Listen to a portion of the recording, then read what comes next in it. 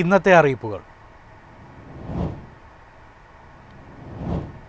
അടിയന്തര സേവനങ്ങൾക്കുള്ള toll free number 112 പരിഷ്കരിച്ചു. പുതുക്കിയ സേവനങ്ങൾ ഇന്നു മുതൽ പ്രാബല്യത്തിൽ.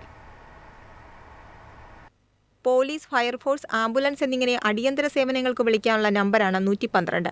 സാങ്കേതിക വിദ്യയുടെ സഹായത്തോടെ സേവനത്തിന്റെ ലഭ്യത വർദ്ധിപ്പിക്കുകയും അതിവേഗ പ്രതികരണവുമാണ് 112 ലക്ഷ്യമിടുന്നത്. പുതിയ വേർഷൻ ERSS നിലവിൽ വരുന്നതോടെ നിലവിലുള്ളതിനേക്കാളും 3 മിനിറ്റോളം സമയം റെസ്പോൺസ് ടൈമിൽ കുറവ് വരുത്താൻ കഴിയുമെന്നും പോലീസ് പറയുന്നു. നിലവിൽ പൊതുജനങ്ങൾക്ക് പരാതികൾ രജിസ്റ്റർ ചെയ്യാനുള്ള ആശയവിനിമയ സംവിധാനങ്ങളായ കോൾ, SOS, SMS, ഇമെയിൽ സംവിധാനങ്ങൾക്ക് പുറമെ വാട്സാപ്പ്, വെബ് റിക്വസ്റ്റ്, ചാറ്റ്ബോട്ട് എന്നിവ മുഖേനയും പരാതികൾ രജിസ്റ്റർ ചെയ്യുവാനുള്ള സൗകര്യവും പുതിയ സംവിധാനത്തിൽ ഉൾപ്പെടുത്തിയിട്ടുണ്ട്.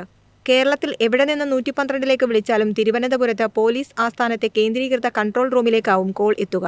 ഉദ്യോഗസ്ഥർ അതിവേഗം വിവരങ്ങൾ ശേഖരിച്ച് സേവനമെത്തേണ്ട സ്ഥലത്തിന് സമീപമുള്ള പോലീസ് വാഹനത്തിലേക്ക് സന്ദേശം കൈമാറും. News desk, Myfin TV. Bengal ഉൾക്കടലിൽ ന്യൂനമർദ്ദം. സംസ്ഥാനത്ത് തിങ്കളാഴ്ച വരെ ശക്തമായ മഴയ്ക്ക് സാധ്യതയെന്ന് കേന്ദ്ര കാലാവസ്ഥാ വകുപ്പിന്റെ മുന്നറിയിപ്പ്. സംസ്ഥാനത്ത് ഒറ്റപ്പെട്ട ശക്തമായ മഴയ്ക്ക് സാധ്യതയുള്ളതിനാൽ ജാഗ്രത പാലിക്കണമെന്ന കാലാവസ്ഥാ വകുപ്പിന്റെ മുന്നറിയിപ്പിൽ പറയുന്നു. ഇന്ന് 8 ജില്ലകളിലാണ് ഒറ്റപ്പെട്ട ശക്തമായ മഴയ്ക്ക് സാധ്യതയുള്ളത്. ജാഗ്രതയുടെ ഭാഗമായി പത്തനംതിട്ട, ആലപ്പുഴ, കോട്ടയം, എറണാകുളം, ഇടുക്കി, തൃശൂർ, കോഴിക്കോട്, കണ്ണൂർ ജില്ലകളിൽ യെല്ലോ അലർട്ട് പ്രഖ്യാപിച്ചു.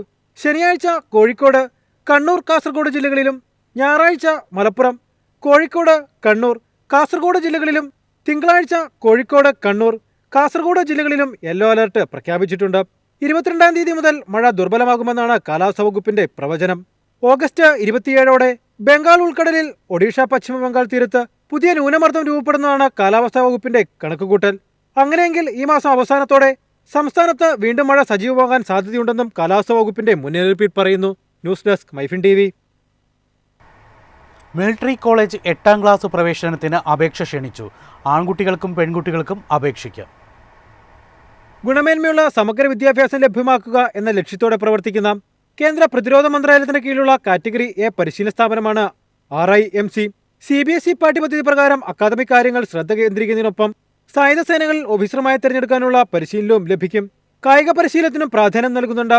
12ാം ക്ലാസ് പഠനം പൂർത്തിയാക്കിയാൽ national defence academy, Indian naval academy തുടങ്ങിയ വഴി സായുധ സേനയിലേക്ക് വിദ്യാർത്ഥികളെ സജ്ജമാക്കുന്ന ഒരു ഫീഡർ സ്ഥാപനമാണ് RIMC. പ്രായം 2026 ജൂലൈ 1-ന് 11.5 വയസ്സിനും 13 വയസ്സിനും ഇടയിലായിരിക്കണം. ജനനം 2013 ജൂലൈ 2-നും 2015 ജനുവരി 1-നും ഇടയ്ക്കാകണം. പ്രവേശനവേളയിൽ അംഗീകൃത സ്കൂളുകൾ 7ാം ക്ലാസ്സിൽ പഠിക്കുകയോ 7ാം ക്ലാസ് ജയിച്ചിരിക്കുകയോ വേണം. News desk, Myfin TV. 71ാമത് നെഹ്റു ട്രോഫി വള്ളംകളിയുടെ ഓൺലൈൻ ടിക്കറ്റുകൾ ഇന്നു മുതൽ ലഭിക്കും. കലക്ട്രേറ്റ് കോൺഫറൻസ് ഹാളിൽ നടന്ന ചടങ്ങിൽ ഓൺലൈൻ ടിക്കറ്റ് വിൽപ്പനയുടെ ഉദ്ഘാടനം മന്ത്രി P. പ്രസാദ് നിർവഹിച്ചു. nehrutrophy.nic.in എന്ന നെഹ്റു ട്രോഫി ബോട്ട് റേസ് സൊസൈറ്റിയുടെ ഔദ്യോഗിക വെബ്സൈറ്റിലൂടെയാണ് വിൽപ്പന. ഫെഡറൽ ബാങ്കും SBIയും കരൂർ വൈശ്യ ബാങ്കും പേയ്മെൻറ്റ് ഗേറ്റ്വേ സംവിധാനം ഒരുക്കിയിട്ടുണ്ട്.